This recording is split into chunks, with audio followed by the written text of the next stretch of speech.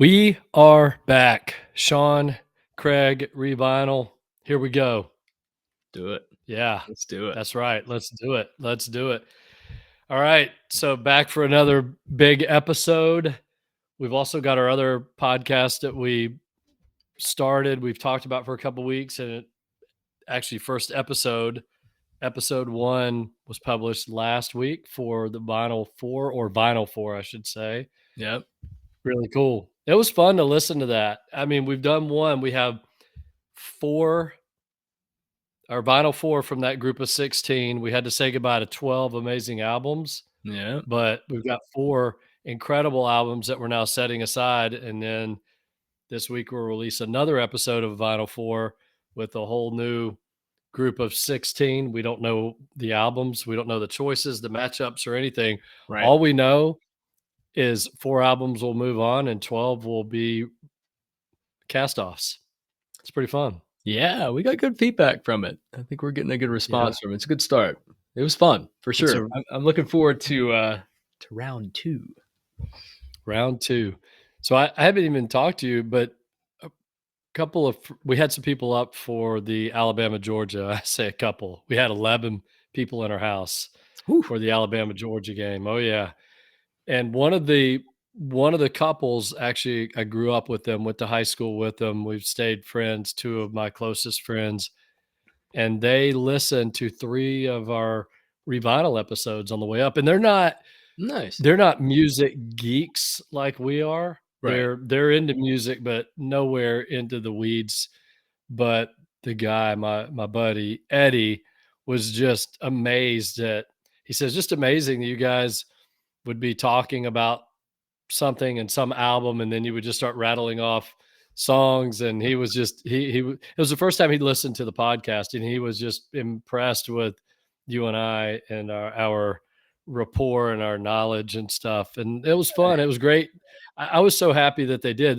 They drove from they were in the car for 4 hours driving to meet us on Friday to stay with us for the weekend, and that's how they chose to spend their time. So for all of you out there, if you're in the car and you're thinking, "What am I gonna do for the next 3 hours?" Just go listen to all of our episodes. We've got 70 or 80 of them. Yeah. Tell them I said thank you. That's awesome. That's I will. love to hear it. I love to hear the binging quality of this. This is like our own version of Netflix, right? We got you hooked. Yeah. Yeah, and they were really laughing on when I was rating things. They when you did one of the ratings, I forget which one it was, but they didn't even know those things about me. I forget what it was. "Well, I didn't know you love vanilla ice cream so much," or something, or that you hated. Oh, they gave me a hard time. "You don't like yo-yos?" I know, right? Remember?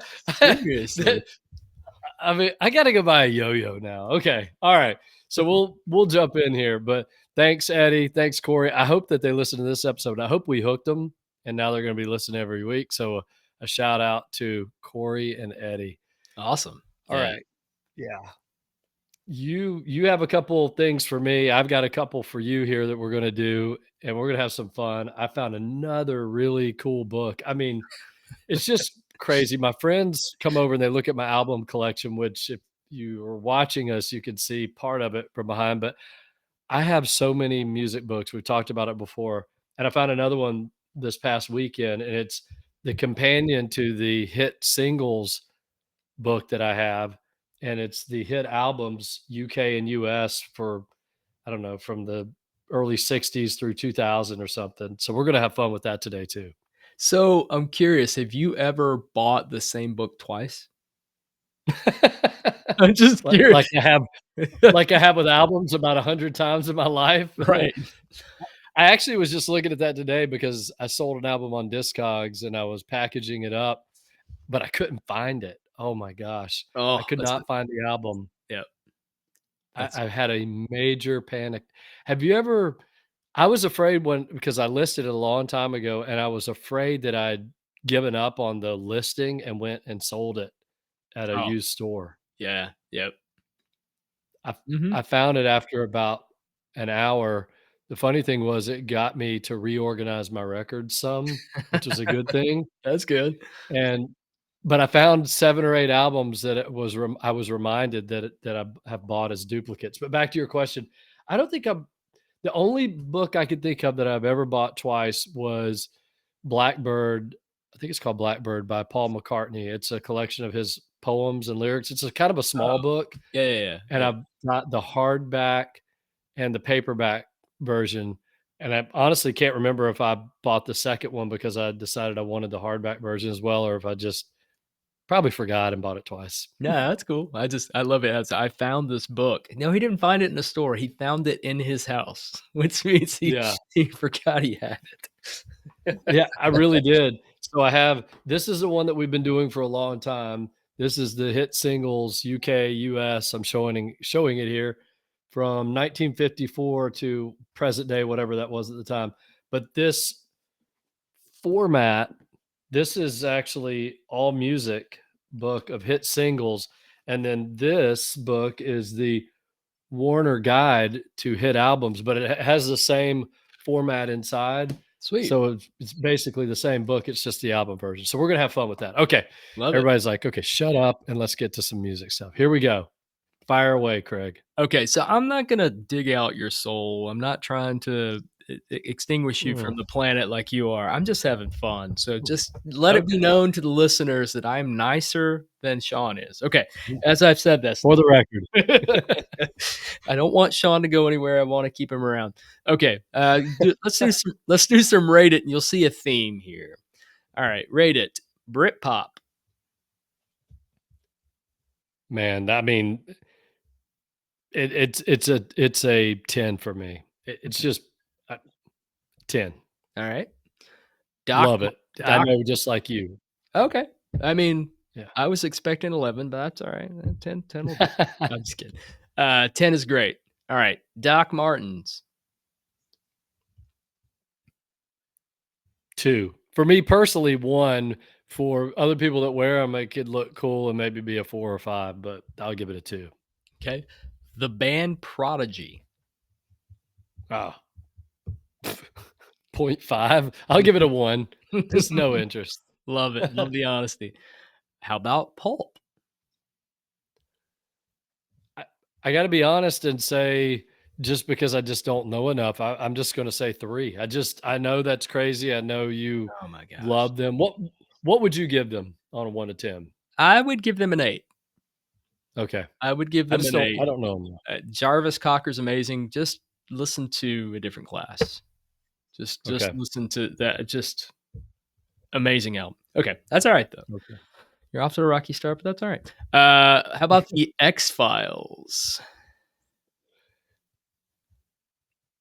6. I really liked it when the show came out. Used to watch it.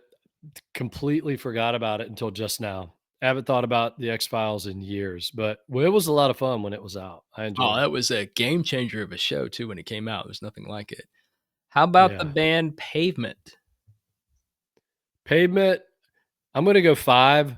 I think at times their stuff is brilliant. Zurich is Stained is just love. I, it's a love-hate thing for me. Some songs I just go, "Oh, I don't ever need to hear this song again," and other songs I think, "Oh my gosh, these are the most brilliant guys ever." They were different for sure. For sure. Acquired taste. I love them, but all right. What about Smashing Pumpkins? Oh man. Overall, I'd say an 8 overall. Siamese Dream is a 10 album for me. I still love that album. I loved it when it came out. Yep. Never stopped loving it. The Melancholy and the Infinite Sadness, pretty good. The first album, Gish, Gish. that was good. Yeah. Really good. Gish to me See and how Siamese Dream are both 10s. Melancholy, yeah.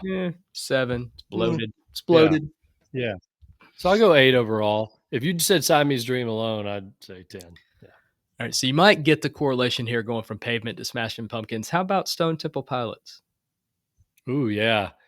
I'm also gonna go 8 overall. Okay. Core gets a 10 for me, and, with, Purple, 7 or 8, and some of their other stuff less, but yeah, I'd go 8 overall for Stone. I love Stone Temple So if you Pilots. don't get the reference between going from Pavement, Smashing Pumpkins, and Stone Temple Pilots, go listen to a song called Range Life off of Crooked Rain, and you'll get it.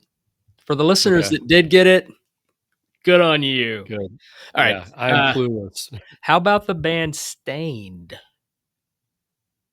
Oh, I only know 1 song by them. I'd give them a 3. Wow. Okay. Just never listened to them. I concur. Last one, and it ties into our either or after this grunge music. Overall, I'd go 7.5 because I can't rate it as high as Smashing Pumpkins overall for me. Right. I don't love grunge as much as you do, but yeah, I'd go 7.5 overall. I Love gotta some say, of it's them. I loved some grunge when it was out, but a lot of it does not age well. It just Yeah, honestly doesn't. But I yeah. loved it when it was a thing. So, and that ties into either or, and I'm saying either or now, Sean, as opposed to my Oh, customary oh, either or, yeah. because it's not because of my beloved friends like you and Kevin who have been saying either or. It's because I finally listened to some B-sides for the first time in forever from Elliott Smith, who has an album called I knew. Either Or, and he has a B-side called Either Or, and he pronounces it either, so it is officially either or now. Mad respect to the man, Elliott Smith. I actually knew that's where you were headed. When you said that, I was thinking he's gonna pull Honestly, up I was an debating Elliott it Smith. because I was thinking of albums for our Vinyl 4 thing about albums that should be in the and I was like, "Should either or." I love that album, but I'm not saying it should be in the top Rolling Stones top 500, but God, I love that Yeah, album. Let me listen to some Elliott. so good. Wait a minute, and it dawned on me immediately. I go, "Oh, man, I bet he pronounces it either. Please say either. Please say either." Ah, okay, No. I can change it. All right. I Either love it. either or here. We're gonna start off with 2 albums and then move our way down the list. Foo Fighters' "Color and the Shape" or Nirvana's In Utero. Color and the Shape. I love that album so much. Very nice. All right. Foo Fighters' "Color and the Shape" or Mother Love Bone's "Apple." Color and the Shape. Foo Fighters' "Color and Shape" or Alice in Chains' "Jar of Flies" EP. I'm sticking with Foo Fighters. That's close, but I'm All gonna right. stick with Foo Fighters. "Color and the Shape" or Stone Temple Pilots' "Purple." Hmm. I'm still going Color and the Shape. It's my second favorite album by Foo Fighters, so Okay. "Color and the Shape" or Local H, "As Good as Dead." I'm still going Foo Fighters. We may go wire to wire here. You picked one of my favorites, so It's close. It's close. What about "Color and the Shape" or Bush's 16 Stone? oh, that was a great album when it came out. I don't know how well that album has aged, though. Have you listened to it in a I need to while? go back as you say that. That's one of those albums I need to go back and listen to. I loved it when it came out though. Mm. The It hits was still so this good. the hits have aged well, I think. Yeah. Yeah, there was some movie, gosh, what movie was that? Years ago, and it had at least one of the songs from that, but I feel like it had 2 or 3 Bush songs in the soundtrack, Yeah, not on the record, but in the movie, and it just was a reaffirming just how good those songs were. But yeah, I'm still gonna go Foo Fighters. cool. Yeah, I dig me some I think Gavin Rossdale's just a cool dude. Nice guy. Yeah. All right. Moving down the list, we're good. You may go wire to wire. "Color and the Shape" or Candlebox, self-titled album. Never listened to Candlebox other than the one song that they had, so I'm sticking with Foo Fighters. That's You listen to that? Is that a good record? that's a good record. It's more of a Okay. rock it's more of a kind of an I guess I hate to say alternative, but it's more of just kind of a rock and roll record that fit well with alternative music. It's good. It's better than I think people give it credit for. All right. Why a question on that, Craig, really fast. Why Sure. in the back of my head do I think Madonna when I think of Candlebox? Was there something did she discover them, get them signed, something? It's I'm possible. going In fact, I bet she had a label it was it Maverick Records that she had, and maybe they Yeah, were I think it on that label? That's a good yeah, question. I'm looking at it. Yeah, 'cause I didn't realize they were actually from Seattle, but it feels like there was some connection to Madonna. I'm gonna look it up while we're talking. Yeah, Now I'm they didn't really, to me, fit the scene as much. They were, to me, just more of a straightforward kinda rock band, in my opinion. They rocked. They were great, and yeah. that was a good album. Okay, Foo Fighters, The Color and the Shape, or Collective Soul, Hints, Allegations, and Things Left Unsaid. I like some Collective Soul. I mean, they're a hometown band. Yep. Don't go crazy over all of their stuff, but that's easy for me. I'm still going Foo Fighters, or as Chris was it Christopher Walken, Foo Fighters. Foo Foo You ever seen Foo that? The Foo the Fi Saturday Night the Live? Foo Fighters. Foo Foo Fighters. Fighters. I can't even do it. Like it's so funny when he says that. I love it. He's awesome. All right. Okay, Yes, he is. Foo Fighters, Color and the Shape, or Screaming Trees, Sweet Oblivion. Oh man, that was an awesome album. That's actually probably one of my favorite from the quote unquote grunge era. I love Very, their sound. very underrated. I agree. Yep. Yeah, Mark Lanigan. Oh man, but I'm still going Foo Fighters. Think you're gonna go wire to wire. You got one more. All right. Foo Fighters, Color and the Shape, or Soundgarden, Down on the Upside. I'm still going Foo Fighters. If you'd have said Bad Motor Finger, Oh I yeah. might have had a really, but yeah, I'm going Foo Fighters. I those early Foo Fighters records for me, I love they that just I love that first album so much. I really do. I had a oh friend that's like, "Really? You like that album?" It's they weren't even that good. I go, "You're crazy. There's some of the best songs are on that album." Because oh my god, there's no expectations of that right. album. Like there's really for him, it was like him doing his own thing. So you got the what was the Big Easy, and then you got but you had some really really heavy aggressive stuff. You had some super poppy stuff. I love that record. Oh, And he they're wrote every bit of it. He played every single instrument on that record. That's impressive.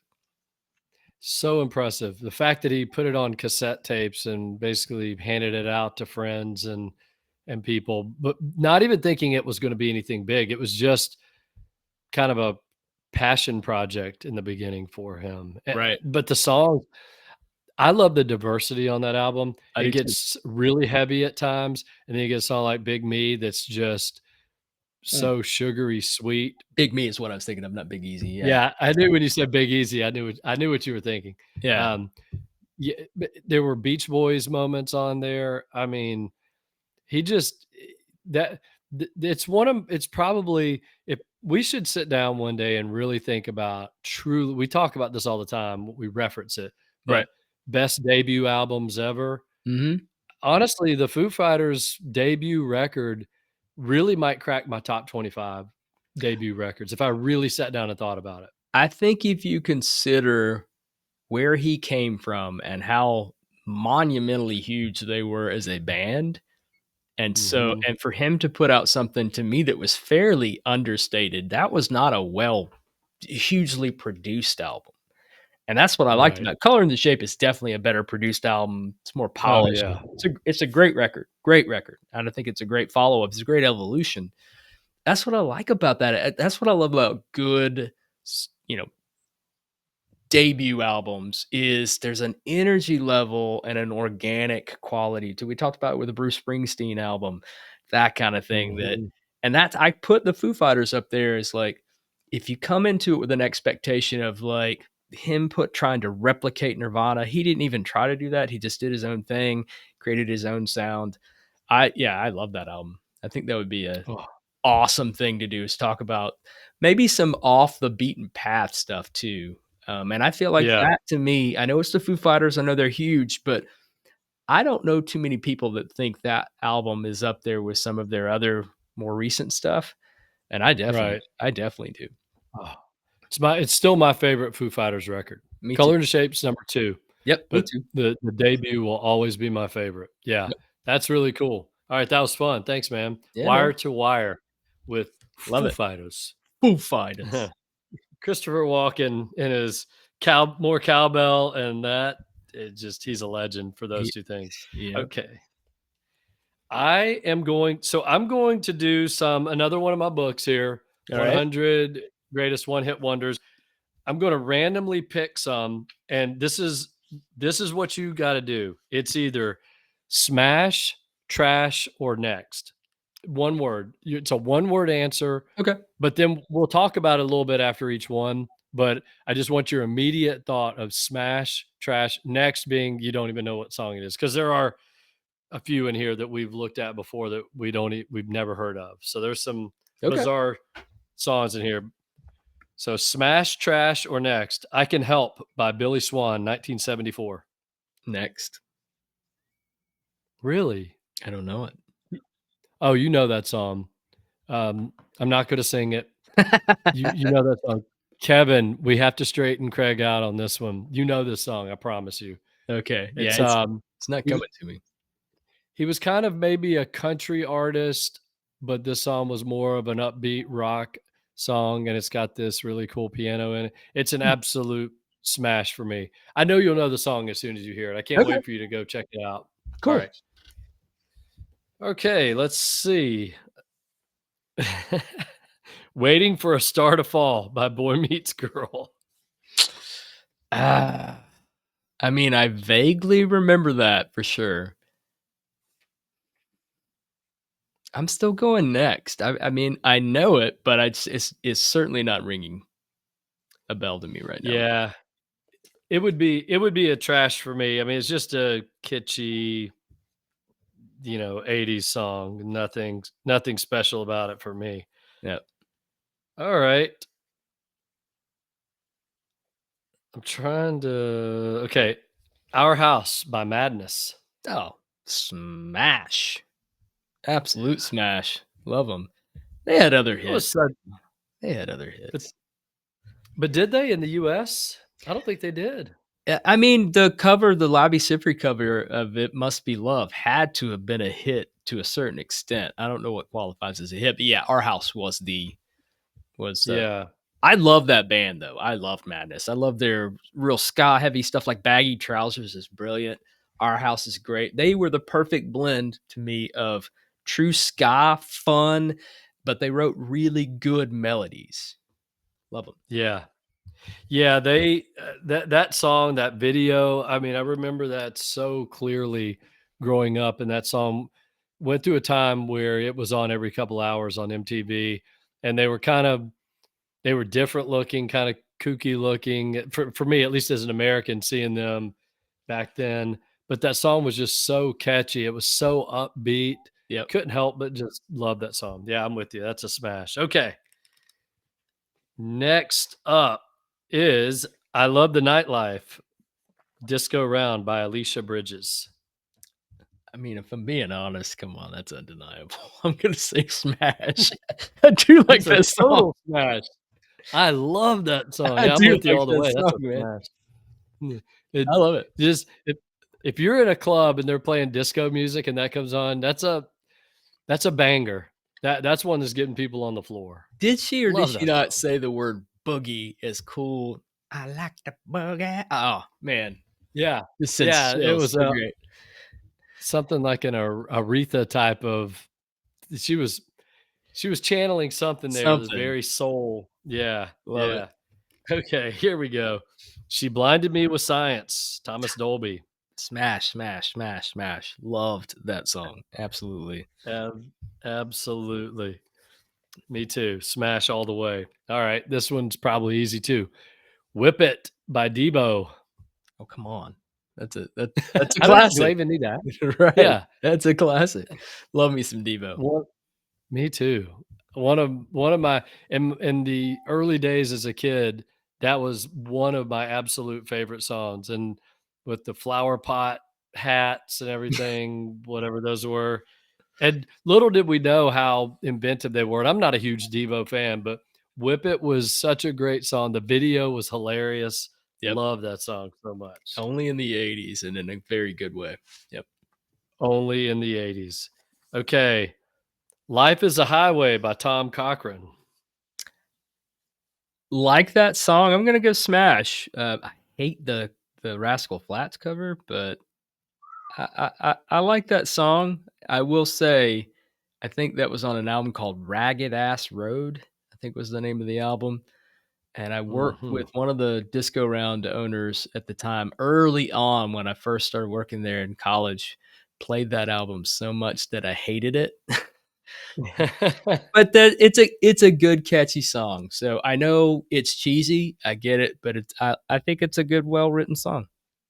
It's smash. When you think of that song, and I agree, you got Smash. I mean, I'm kind of sick of it, burned out on it, but you can't deny how catchy it was, especially the original version. But he wrote two of the most iconic songs of the past 40 years. I mean, you could argue with that one Mhm. and Lunatic Fringe, Oh, man.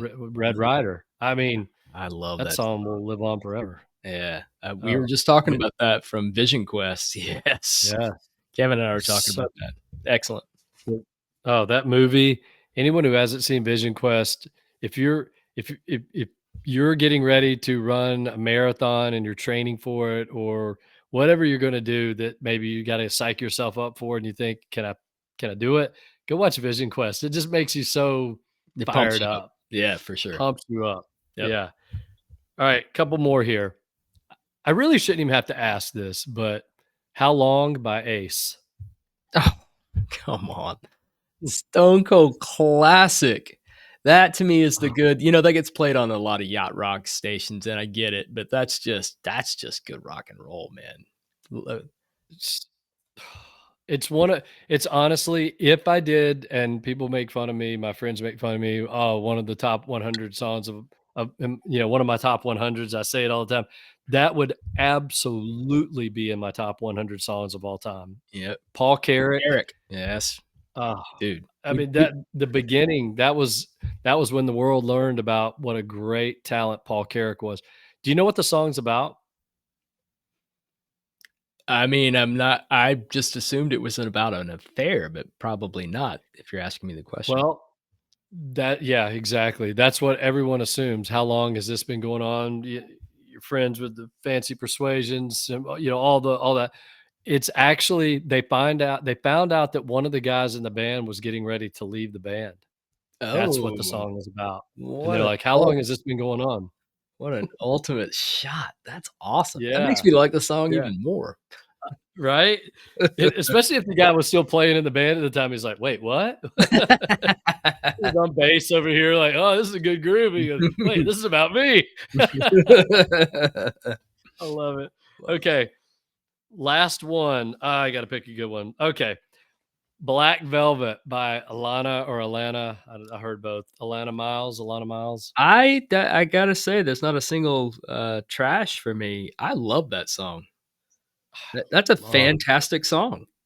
It is. it. I always wondered why we didn't hear more from her. That should have set her. Yeah. That song still to me, you're talking about sounding dated, which maybe it sounds a little bit dated, but ages well. That song totally ages well. Oh my gosh. What happened? We need to look that up. Maybe we'll put Sure. that on a segment next time. What happened to is it Alana or Alana? Alana? I think it's Alana. I say Atlanta. That's how I always Yeah. pronounced it, but yeah. She had it I all because she was beautiful. She Yep. incredibly talented, great voice. I think she wrote the song, if I'm not mistaken. Yeah. Um, I don't understand that, but this was an era, right, of a lot of one-hit wonders. A lot of one-hit wonders. I was just looking, there were a couple more that I was gonna bring up that I'll save for another episode, but a lot of one-hit wonders at the time. A lot of I didn't see it in here, but I'll say what was that lady's name? Jane Child? Yeah, She was a one-hit wonder. Unbelievable song. There were so many, you're right. There were so many during that time, and I just don't know what happened. You're right. She had the look. Even in that video, when even though it's just canned recording, she looked like she would have amazing stage presence. I mean, I don't absolutely. think anyone would be taking their eyes off of her while she was singing. I mean, she had a presence. Yep. Her voice was amazing. The song, it just had a really cool sound to it. I'm really, yeah. It's funny that we're now talking about that because I didn't think of that when I brought it up. But yeah, what happened to her? Yeah. We'll have to go She to research. me was Okay. primed to be, I'm not saying the next Madonna or anything, but she to me was primed to be a star. And it just I'd never heard another song. It is a strange thing. Okay, I am going to look up here hit albums 1985 October because it's now October the 1st of 2025. So we're going back in the time machine 40 years. All right. And I am going to throw out to you the top 10 albums in the UK and US Nice. October 1985. This will be fun and probably almost all of these. We crack up because there's so many of these singles in the UK that we don't even know who they are. Never Right. even heard of the name of the band. Yep. So here we go. I'll go UK first just to stay with our tradition, okay? Perfect. Yep. Okay, number 10. 40 years ago this month, UK top 10 albums. Madonna, Madonna. Of No big Yeah, surprise there. of course. Yep. This is so cool. Number 9, Live After Death, Iron Maiden. Yeah. Oh, no way. A live album Yeah, too. Really? I love it. Mad Heck yeah. respect, UK. You go. Way to go, UK. All right, number 8. This was similar to what we were talking about a couple weeks ago with the singles. It's just not a great period for him. In Square Circle, Stevie Wonder. Just Yeah. I couldn't tell you. I lost track of him after a certain time. I'm not that I'm sure it's fine, but it was commercial. Yeah. We'll move on. yeah. We'll Love move on. Stevie. Okay, number 7. Yep. Love Stevie though. Okay, number 7, The Gift by Midge Ure. Is it Midge Ure? Mid-Jure, yeah. I you Midge know, Ure. I don't know that album. I know him Uh, well, yeah. but I don't know if I've ever listened to a Mid-Jure album. I don't know. I haven't. I'm not even gonna say I don't think. I know I have not. Okay. Number 6, Misplaced Childhood, Marillion. That's wild that that was that high on the charts. That's crazy. I think you and I were talking about this because I think a Marillion song was one of the singles. Yeah, and it might have been the same. I've never listened to a single Marillion album. I know I haven't, so Now that I think about it, this was the 40 years ago we did a couple weeks ago. I think it's September for the singles, so this would make sense. Okay. Number 5, The Love Songs by George Benson. So this was a okay. compilation album. Okay. Yeah. Love me some George Benson. Yeah. All right, number 4, Now That's What I Call Music, 5. Yeah. I didn't even know that they started that early. I didn't know that Now That's What I Call Music started all the way back in the mid '80s, and that was version 5, which means If they've they're been going since the early '80s. Wow, if they did one every year, because I feel like it was like in the CD Yeah, store days, it's like, "Now that's what I call music," yeah, 150. I'm like, "Wow." yeah, yeah. I thought that was a '90s thing. That's actually surprising to I me. did too, yeah. Okay, Yep. number 3, Brothers in Arms, Dire Straits, of course. Nice. Great, great record. Not my favorite record by Dire Straits, but very, very solid. Number 2, Like a Virgin, Madonna. So Madonna had 2 in the top 10. That's insane. Okay. So I'm surprised that the self-titled album was still in there at that time, but that just shows you how polarizing she was. She was massive. She was. So Like a Virgin was huge. It had been in the charts. Well, I can't really tell from this, but that's when Like a Virgin was released around that time. And then the Madonna album jumped into the top 10 because I don't think Madonna had caught on in the UK as much Um, until Like a okay. Virgin came out and then that one popped in. Makes You're sense. gonna love you're gonna love number 1 because it was all the rage a couple years ago again because of Stranger Things. Oh, yep. Am I going are we going Kate Bush? We are. Hounds of Love Yeah, was great number album. 1. Great album. Okay, way ahead of their time. Yeah, Mhm. great. All right, shifting over to the US, Okay. number 10, Greatest Hits Volume 1 and 2, Billy Joel. I think everyone in the United States owned a copy of that Absolutely, yeah. CD or cassette back in the day. Yep. Number 9, Number had to 9. had to do that, is Heart, self-titled. Another album that I feel like everyone in the United States owned, the Yep. self-titled Heart album. Oh gosh, number 8. I love this album. This is honestly, I don't think people give this album nearly the credit it deserves, and you go back and listen to it, and just about every song was an absolute banger, and that's "Reckless" by Bryan Adams. Absolutely love that album. Sidebar, I don't know if I've mentioned it to you or not, but I know I've mentioned it to Kevin. Kevin has a big fondness for this style of music, and he's always Yeah. appreciated it, and it's only until recently that I was just like, "I'm tired of people not giving credit to these artists," even when it was not even when it became John Cougar Mellencamp, and you have John Cougar Mellencamp and ZZ Top, stuff like that. And I just feel like there's certain albums from that style of singer songwriter. I'll even put John Waite up there, and I don't know. I just don't feel like they get near enough credit. Eddie Money is another one, just straightforward, just a great singer, great rock and roll singer, great songwriter. And I feel like a lot of that music just kind of gets overlooked now. It's a great album. I agree. It was at the time, I loved it. I still love it today. I'm just gonna really quickly, I'm gonna rattle off "One Night Love Affair." I know that was at least a radio hit. Yeah. That's the first song on the album. Mm-hmm. "She's Only Happy When She's Dancing." That wasn't, but good song. Yep. "Run to You," Yep. massive hit. Great song. "Heaven," Yep. massive hit. "Somebody," Yes. massive hit. Yeah. "Summer of '69," massive I mean, hit. that's 4 songs back to back to back to back. 4. Unreal. I Yep. mean, yeah. So of the first 6 songs, and because if you go back to the beginning, "One Night Love Affair," the 7th song on the album, "Kids Wanna Rock," that was a radio hit. Yeah. A Yep. great song. Number 8, "It's Only Love," the song they did with Tina Turner, that Yeah. was a hit. It's stupid how good this album is and no one talks about it. Right. Then "Long Gone" and "Ain't Gonna Cry." Yeah. It's such a great record. Anyone who doesn't know that album, if you like straight ahead album-oriented guitar rock that's not too heavy but has a little bite to it, honestly, you can't go wrong with that album, and I I I'm just gonna say, just prepare yourself at some point, either later on Friday after he listens to this podcast, maybe Saturday or Yep, Sunday, we will get a yep, screenshot of him listening to that yep, on vinyl. He owns it. It's a yep. classic. Yes. I love it. I know we will. I mean, it's in our wheelhouse. Back to the list, 7. Oh, man.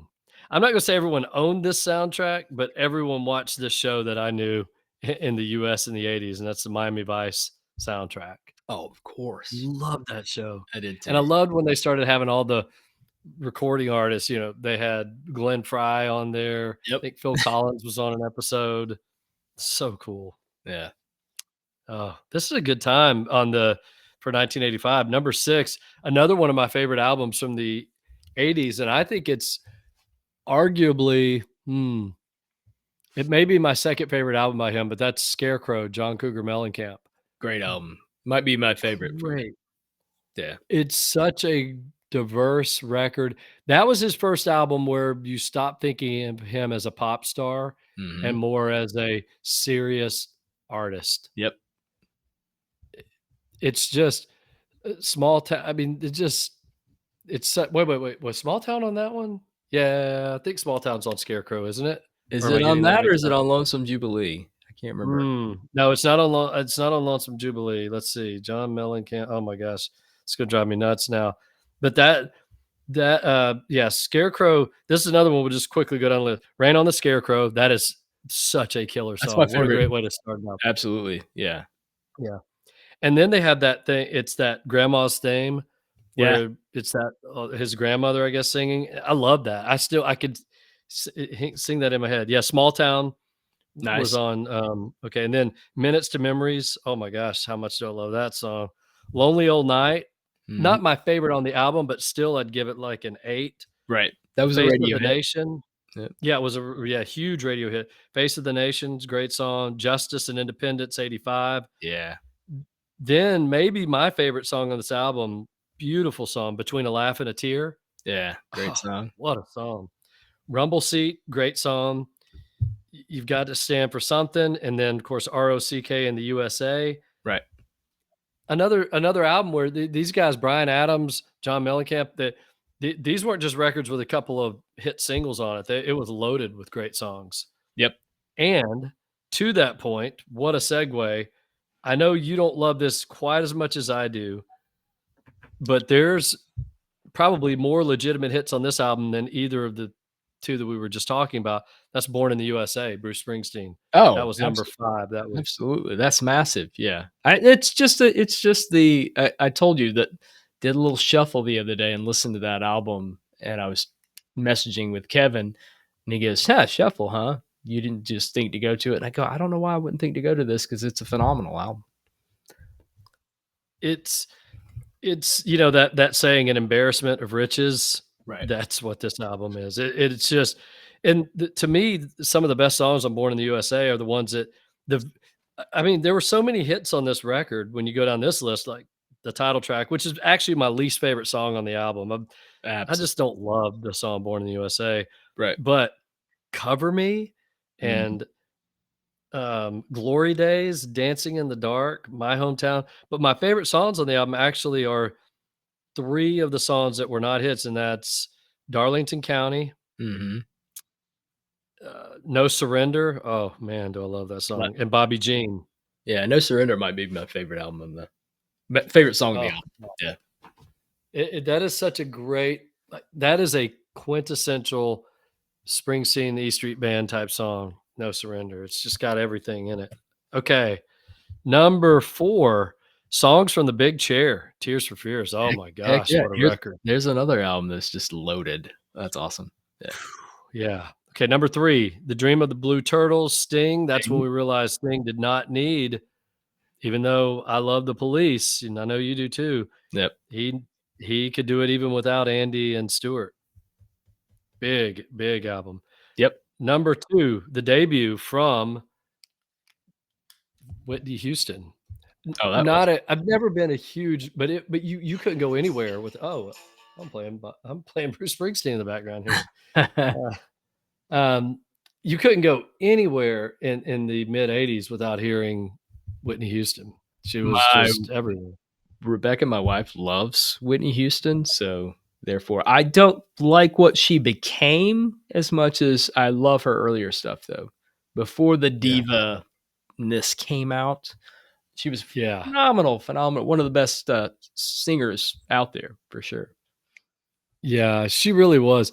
There was one song by hers that I always loved, and that was, later, but I'm Your Baby Tonight. I just always thought that was such a great Great song, song. just Yeah. well produced. Yep. And it was a little more of an edge to it than some of her earlier stuff, which was always more pop oriented or very slow, Yeah. and to me, that song was when I thought she was starting to really branch out. And it's a shame because we don't know, and I've never really watched the documentaries and stuff, but I know she went through a lot of struggles, but we really don't know how great she may have been and where she was gonna evolve to.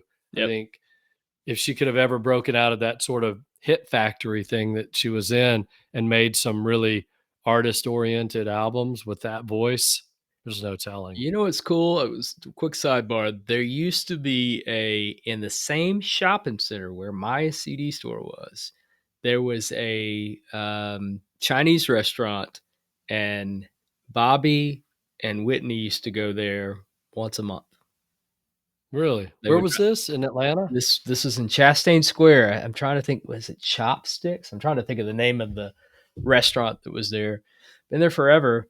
That they would make that like a Saturday night thing. So I never saw it because by then I was closed. I think back then I was closing at like 7 or 8, and I don't know, or I just was busy and just didn't pay attention. But yeah, everybody in the shopping center knew that's when they roll through, pull up in a limo, drop them off. Limo comes and picks them back up. It's like, that's too cool, man. That's what me and my wife do on Saturday nights. We get the limo to drop us at our favorite restaurant. Ce- Celebrity. It Yeah, the closest we ever get to that is maybe an Uber drops us off at a restaurant, But it was an Uber if we're going. Black, so hey. Yeah, there you go, that's right. Alright, as we wrap up here, I have a question for you, speaking of that, Sure. because I don't know if we've ever talked about this. Have you ever been out anywhere and seen a very famous or somewhat famous rock star out in the wild, so to speak, not at a show, not after a show? Have you ever seen anyone out and Um, went, "Oh, wow." Not rock stars, and I don't wanna say, I feel like Atlanta sometimes gets pegged as just a hip hop, city, but I'm gonna give you a Yeah. couple of hip hop artists that I have run into Yeah. there. Um, Yeah. Usher. So, I Yep, me too. I used to see Usher and Chili from TLC. I used to Oh, see yeah. Chili go in and out of, the Kroger down the street. I saw her one time with Usher. They were I guess they were I don't know if they were married. They definitely dated, but anyway, they were, going out to eat somewhere, and then I've seen, Andre from Outkast. Oh, I yeah. saw him walking with I think his mom around Chastain Park. Super cool, dude. Super cool guy. That that that would be pretty cool to meet him. Yeah. I'll give you a couple. I did stand behind Usher at Best Buy one time. It's so funny that you said Usher of all the people, but he was all over Atlanta, and Yeah. I think he just kinda was out and about a lot because I know other people that have seen Usher His before. I don't his think he his studios actually were right, when Don had an agency and had a location, his studios were, like, 2 doors down, so Don used to see him religiously. Wow. Yeah. Yeah. I I'm trying to okay, I'll give you a couple really quick ones. I was at LAX airport late one night. I was flying out on the red eye. This is 15 years ago. Flying out on the red eye. And first of all, I look over and Kevin Smith, the director, Yeah, Kevin Smith. love me yeah. Yeah, he was going through the security line, and I thought, "Oh, that's pretty cool, Kevin Smith." And within 3 minutes, I look over and there's this dude with tats up to his neck and his arms, and it was Josh Todd from Buck Was Buck Cherry. Cherry? Yeah, it's just like, if you're talking about tats of that at that Dude, point, had to be Josh Dodd for sure. Yeah. I mean, as soon as I saw the tats, I'm like, "Wow." But I'll tell you, speaking of that, 2 other times in airports. I was in Detroit one time. This was Kevin's gonna love this. This was probably It might have even it was pre 9/11, so it was 99 or 2000. I know it was pre 9/11 because the company I was working for at the time and the guy I was with, we were walking through the airport and there was a customer service counter or something, and I'm walking by and I go, "Oh my gosh, that's Ted Nugent." And as I'm walking by looking at him, he turns around, he notices I'm looking at him and he kind of looks at me and he has this like really cocky grin. He's like, "Yeah, like, yep, it's me." That But I that's I so didn't Nuge. I didn't say anything. Yeah, it was so nuge, but he just looked at me like, "Damn right, I'm Ted Nugent." I mean, I'll never forget that look. And what was funny was we were flying from Detroit to Atlanta, and lo and behold, he actually did a show that weekend in Atlanta. So he was at the airport. I didn't see him on the flight, Oh, but he was at the okay. airport because he was flying down for a show at Lakewood. I also didn't see him, and I will forever kick myself for this because there's only one. There's only one guy with this name. I was in the airport one time and they came over the loudspeaker in the gate, where I was, and said, "Would Mr. John Fogerty please report to the gate?" Why I didn't walk over there and just to lay eyes on him, I don't know, but Yeah, I didn't. Because there's only one John. There's no way there's another, because you that can't use a fake name if you're on a flight, right? So yeah, that was John Fogerty. that's funny. That would be so I should funny have if it done was like, you know, I don't know. It'd be really funny if there was another one. You get over there and it's some just random guy from Philadelphia. Yeah, some really old dude, You know yeah, what's could have been his dad. it's funny though. I think about like somebody from LA listening to this podcast going, "Oh, are you kidding me? I see I see Uh, celebrities every day." every time I go to the airport. Yeah, I mean, seriously, that was what was so crazy is just within a 5-minute period, I saw 2, not everyone would know, but 2 celebrities that any pop culture person at the time, especially would have known Kevin Smith and Josh Todd. Oh, It's for just sure. crazy to see them both in a 5-minute period. But Yeah. anyway. Okay. Well, hey, another fun episode. I love when we do this where we got stuff, we talk about it. One of these days I'm going to sit down and listen to our pod. I listen to it, so don't get me wrong there. But I'm going to listen to it and see how many bands and artists we reference because I want to come on an episode and say, last episode we referenced 72 bands and artists. Let's see if we can beat that today. I can imagine if it's a musical GPS, it's like re re recalculating, recalculating. Yeah, recenter. That would be us in a nutshell. All right. Well, hey, thanks everyone for listening and check out our other podcast, Vinyl 4, and we will be back next week.